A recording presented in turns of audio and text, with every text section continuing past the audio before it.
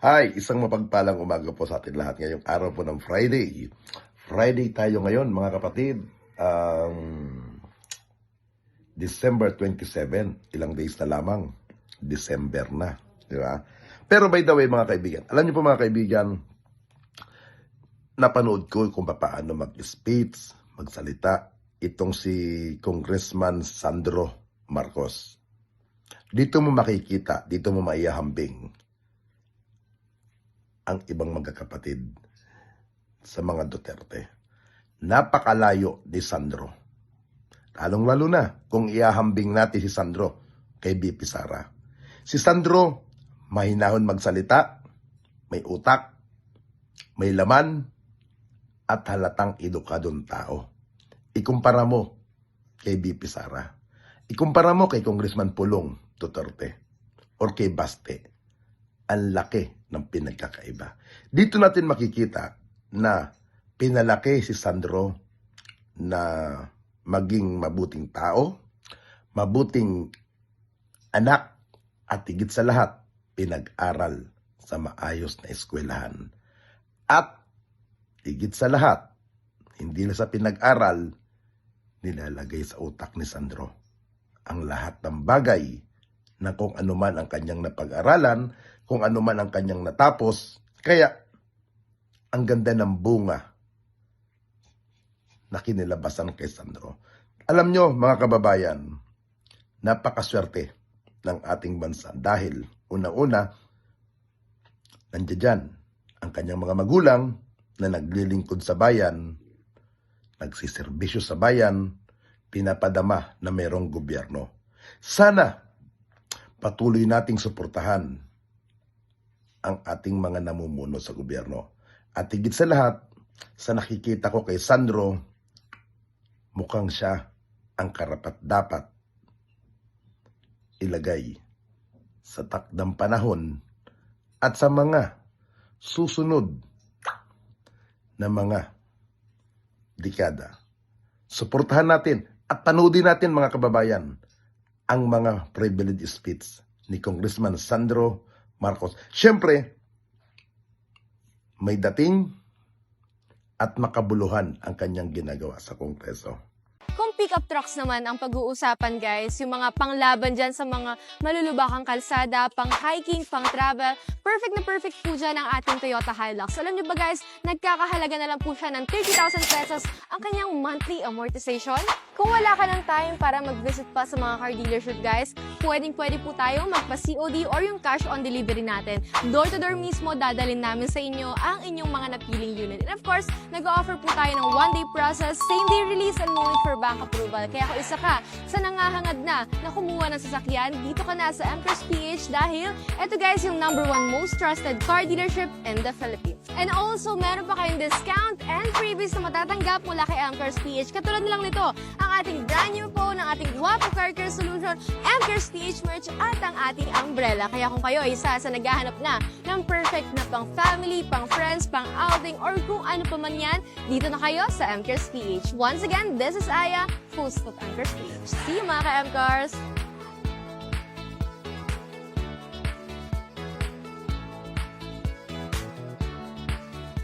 MCARS PH #1. Emcars PH #1. MCARS PH #1. MCARS PH #1.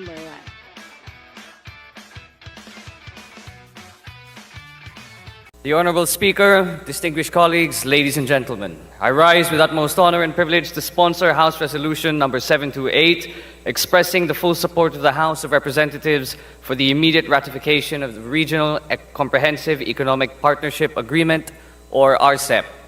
From the foundational activities of the RCEP in 2012 up until its formal inception at the ASEAN Virtual Summit, hosted by Vietnam on November the 15th, 2020, its unwavering objectives revolved around the establishment of a mutually beneficial economic multilateral framework in the Asia-Pacific region.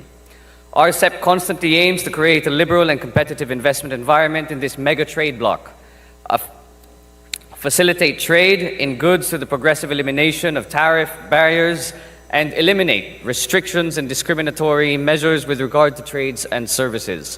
On the 1st of January 2022, the RCEP agreement entered into by Australia, Brunei, Darussalam, Cambodia, China, Japan, Laos, New Zealand, Singapore, Thailand, and Vietnam, paving the way for the creation of the world's largest free trade area. For the Philippines, the Senate is yet to concur in the ratification of the RCEP agreement.